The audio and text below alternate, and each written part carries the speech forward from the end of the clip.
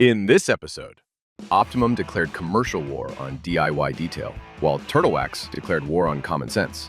The recent release of new DIY detail products, and chemical guys continuing their battle with odors.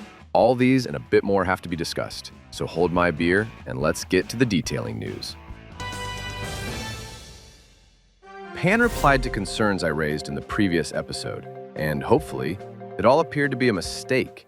Based on the info provided by Pan, the skull and crossbones were printed on the first batch of stickers by mistake, which will be solved in future bottles. Maybe first skull and crossbones bottles will become collectibles, so don't throw them away. As well, I've received several complaints from people about not contacting Pan before publishing a video and providing fake news. Such complaints are not relevant, as I've contacted Pan via Facebook before even editing the video, but he hasn't seen it as it went to a spam box. So I've tried to contact him, but we had simple connection problems. The news was not fake in my opinion, as I was making the last episode based on the public information available to me. I was trying to raise people's awareness about precautions. At that time, SDS, for the quick detailer, wasn't ready yet, so symbols on the bottle were the only reliable source for me to identify hazards. Currently, SDS has already been released, and as you can see, it has only a warning sign, which also requires some precautions, but pretty standard ones. I think the previous news episode was for the good, as the issue with the skull sign was clarified, and those who care about their health and pay attention to precaution won't avoid this product, as those symbols were a mistake.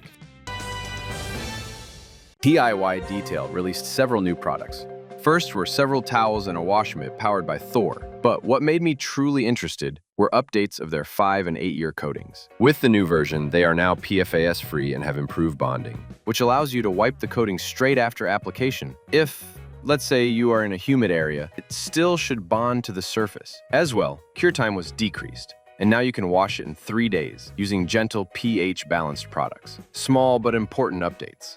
The next product update became a foldable clay towel. Not that you couldn't fold the old one, but the new clay towel has special empty spaces to make folding easier. Theoretically, because of identical towel's size and extra empty spaces, you are getting less of claying and more of towel, but I'm not sure if it will somehow impact the amount of work you can perform. The sad part is that with the new version, the price became a bit higher, and now, instead of $33, you will have to pay $35. As well, there was a teaser of a product I didn't truly get, the Drying Blanket Mini. It's a pack of 2 mini 1200 GSM drying towels, and mini says it all. Look how small they are.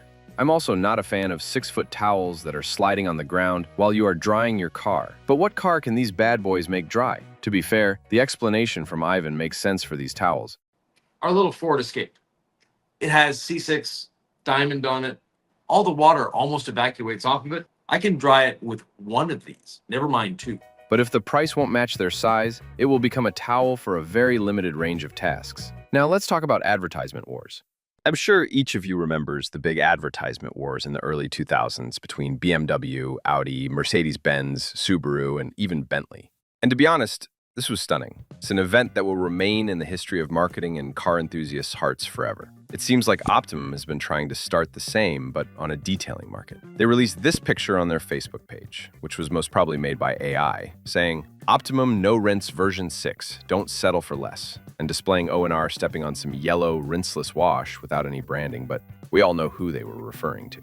This one post brought intense discussion to the DIY Detail Facebook group, where people were discussing this way of advertising, and some fans even started making their own AI pictures as a response. I was expecting DIY to make some creative response like those from car brands, but after a month of waiting, there is just silence. Seems like DIY Detail has chosen the ignore tactic, which is sad, as when I saw that post from Optimum, I was truly excited and looking forward to what's coming next. This could revive today's boring detailing advertisements, which are most of the time just reviews made by paid influencers. Maybe DIY Detail needs more time for their move, but it seems like we just missed out on a fun detailing advertising battle right at the start. Let me know in the comments how you would react to it if you were responsible for DIY Detail advertising.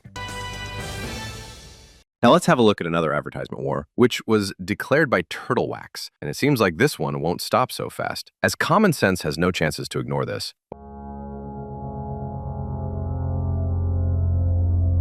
Well, I'm trying not to be conservative when I'm looking at creative ideas. Moreover, recently I became an honored owner of a Turtle Wax Top fan badge on Facebook. But please, can somebody explain to me what the hell is going on here? What is this poor guy's head doing on a platform with wheels? What does it mean, you are how you car? I understood that it was a mistake to attract people's attention, but usually this is done to reveal some hidden sense.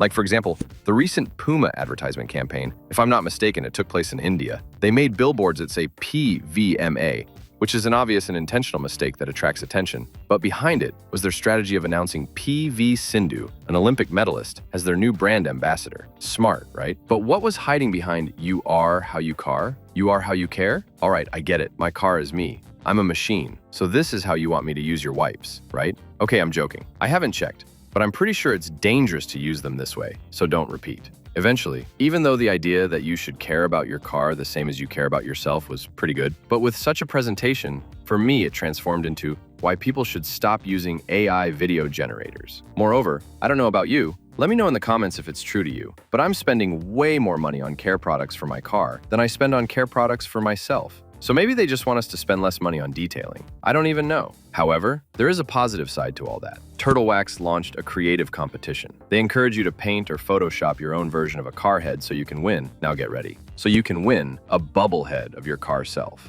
Yes, you can get the same weird thing from their commercial, but with your own head. I'm not sure what for. Maybe to scare neighbor kids on Halloween. But be fast and creative, as there will be only 10 winners. And what a news episode can be without updates from chemical guys. This time, they continue pushing the detailing market to a great future with their new odor eliminator. I'm not sure if bad odor was the biggest problem for their customers. While the purpose remains the same, this product has a new format. It's one of those spray cans that you close in your car for 15 minutes with the AC on while they are permanently spraying the product. It has black frost and new car scents. New odor eliminator promises to destroy smoke, food smells, pet and people odors. But please, if you have all that in your car, make sure to deep clean your interior first. There was another big news from the chemical guys as they have updated their pressure washer. Hopefully, there is a review from a trusted channel. I'm Josh V, comparing the old and the new ones, and we can now say for sure what's new in the upgraded version. So, they provided a new, better hose, a new clip for your gun, and tips, which were also upgraded. And now the tips are 2.2 instead of 2.0. But what about specs? On paper, they are the same, but here is where Josh's video comes in handy. Based on his tests, with an old washer, he got 1250 psi and 1.15 GPM, while with a new one, 1050 psi and 1.2 GPM, both out-of-the-box measures. So the new pressure washer became a real update, mostly thanks to new hose and tips. Currently, the price is $50 more, but I'm sure it's just because it's a new update. Soon the price will go down, or will be adjusted with help of some discount. And these were all the detailing news for today. Hope you enjoyed this episode. And as always, take care of your cars, and have a lovely detailing, folks.